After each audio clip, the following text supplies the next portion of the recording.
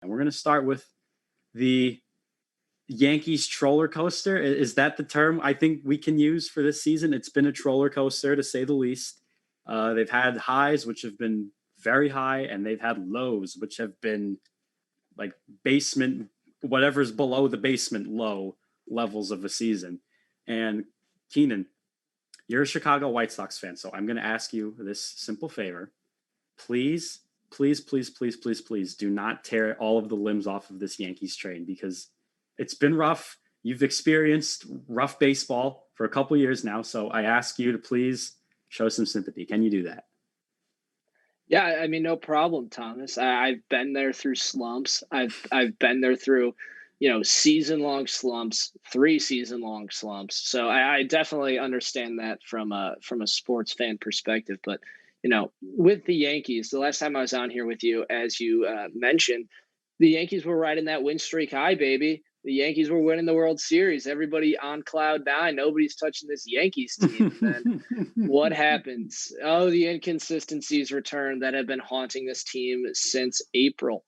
I think, after I think I had asked Lou Orlando was on our show too, diehard Yankees fan, just like you, Thomas.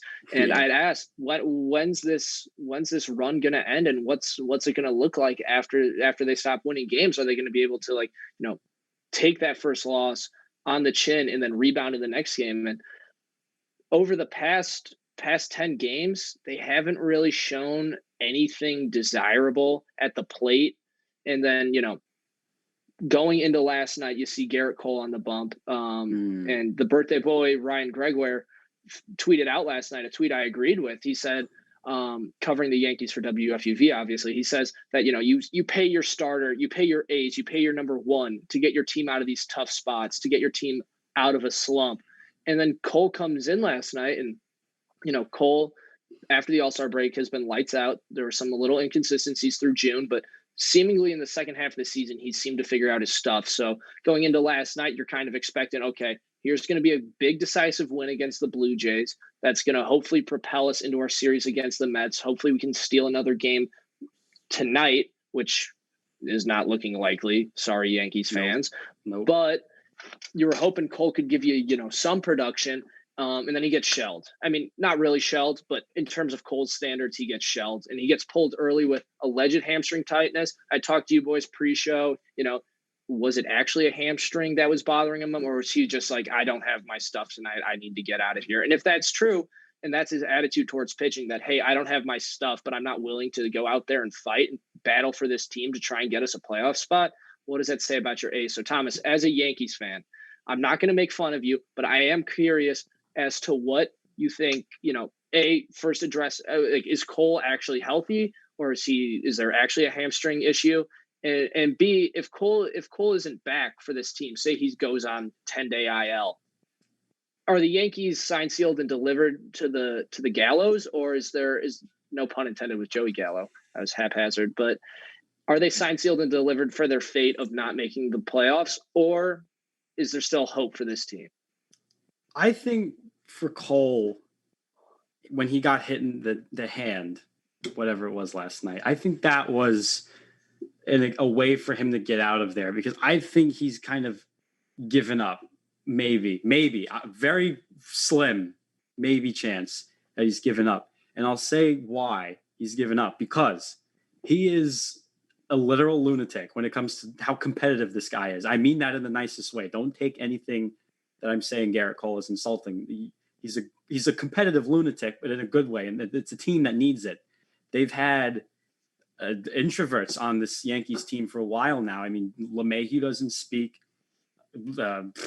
Ruben Odor, I mean, he just showed up, but he doesn't. He's bombastic in a way. Urshela is very quiet. Torres is really monotone. Judge is, they're all level-headed guys, and Cole is just a very let's go, let's win this game. Yeah, he's really just competitive as a person. I think when you lose your guy, a leader like that, to an injury, and he uses it as a way to get out of the game, I think that says a lot. I think he's kind of lost his way in terms of leading this team. I know he's tried to just steered the ship. And every game you watch him in the dugout, he is so focused. Even when he's not pitching, he's so focused. He's giving advice, pointers. He's almost managing them, essentially. He's just the de facto manager in principle. I think for Cole, it was a combination of both. That's the one I have to go with now. Has he given up? It's to say that is really painful. There's a really tiny chance that that's true. And honestly, you know what? If the Yankees make the playoffs, I wouldn't actually be mad at that. I think that will drive Cashman and the Steinbrenners to go, hey, we're the Yankees. We've got all these guys on these players.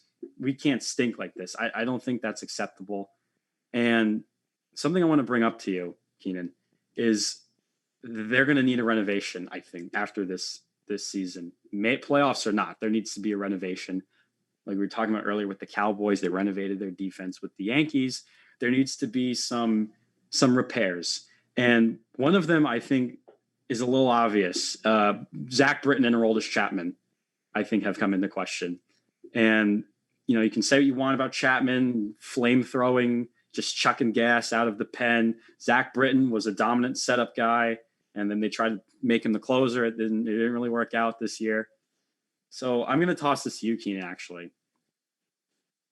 Do the Yankees, do they blow the whole thing up and start it over? Because at this point, to be honest with you, and from the pitching side, I think that should be done. I don't know how you would feel about it, but I kind of see a number of people here on my paper that could be expendable in some shape. I think, going into the offseason, obviously, if you win a World Series, most teams will stay content with what they have. If you make the playoffs, then you'll see smaller changes. But I think if the Yankees miss the playoffs, you're going to see a complete restructuring of how that team is orchestrated. I would be very surprised if Boone sticks around after this. I think while we were talking about the Cole stuff, in a pregame press conference tonight before the Blue Jays game, Boone's quote about how Gerrit Cole's hamstring is, he said Cole is feeling encouraged about his hamstring, which, I mean, maybe he's not the smartest tool in the shed, but I don't think that, like, maybe feeling comfortable, feeling optimistic would be a better word, but feeling encouraged, as we're talking about, is Cole going to quit? I think, encourage is a very loaded word in that sentence. So definitely, they don't make the playoffs, you're going to probably see a new manager ushered in, at least in my opinion.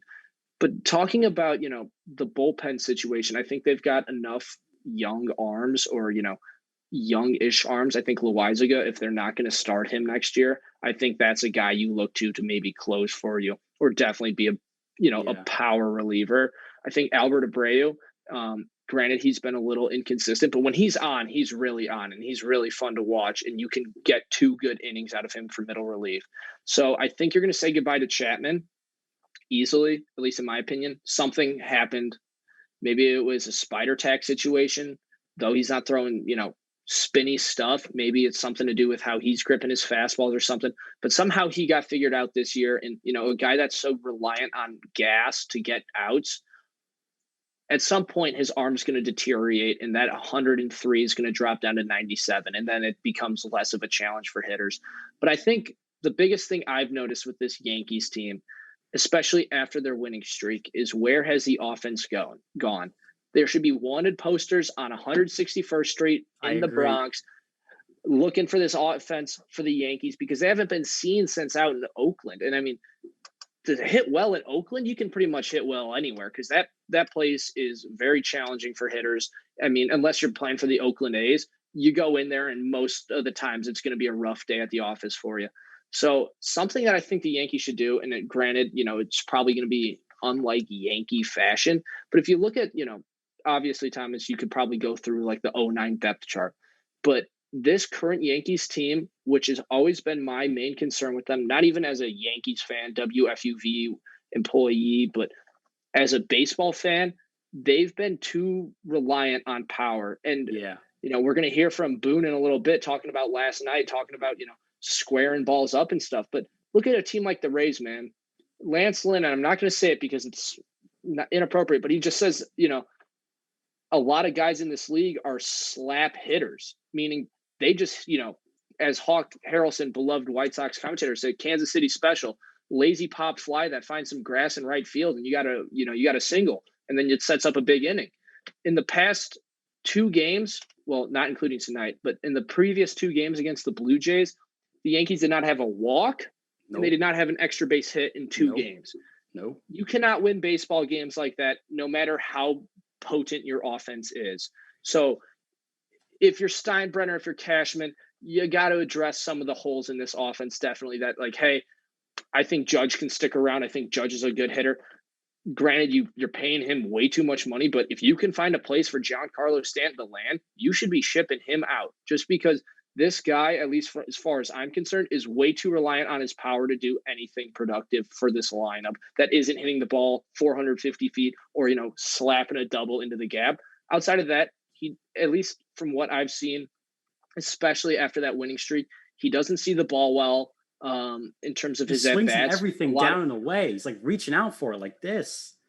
Right. So it's a little bit of that Javi Baez effect too. If I'm able to draw on a former Cub, current Met, that, you're just looking to massacre the ball every time you're up there, which is good when it works. And when you're hot, that's, nobody's going to complain about that. But when you're in these slumps, man, you need those guys who are going to consistently hit like 265 and just crank out singles, crank out walks, maybe an occasional double here or a home run, but you need guys that can get on base in order to spark this offense. And so far in this current skid the Yankees are in, it's been lackluster. And I mean, looking down the road here, you finish this season by playing everybody in the AL East. You played the Red Sox, then you play the Blue Jays, and then you play the Rays. So you better hope something gets going in that dugout, because you have your fate in your own hands come the end of September, and you better hope that offense can produce something, especially if Cole's injured. If Cole's injured, I mean, you better be hoping that, maybe it's time to call up Barry Bonds and get those steroids out of the closet or something, because these boys need to hit.